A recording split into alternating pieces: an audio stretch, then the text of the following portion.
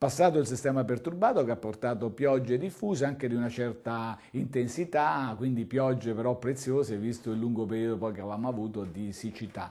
Il sistema perturbato, dicevo, ha lasciato le nostre zone, ora c'è una pausa, rimane attivo però il centro, il motore, una depressione sul nord Europa che nei prossimi giorni produrrà altri sistemi perturbati e verranno verso di noi. Quindi si preannuncia un periodo di tempo abbastanza instabile, abbastanza variabile, quello che doveva essere in marzo.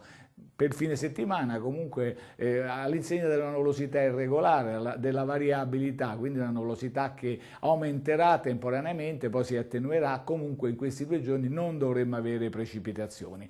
Peggioramento ci sarà la prossima settimana, quindi con giornate invece che si presenteranno ancora piovose. I venti saranno deboli, di direzione variabile, con locali rinforzi, le temperature sono abbassate, soprattutto i valori massimi, comunque quelli previsti, valori minimi intorno ai 10-11 gradi, valori massimi intorno ai 15-17 gradi. L'Alta Adriatica è previsto mosso.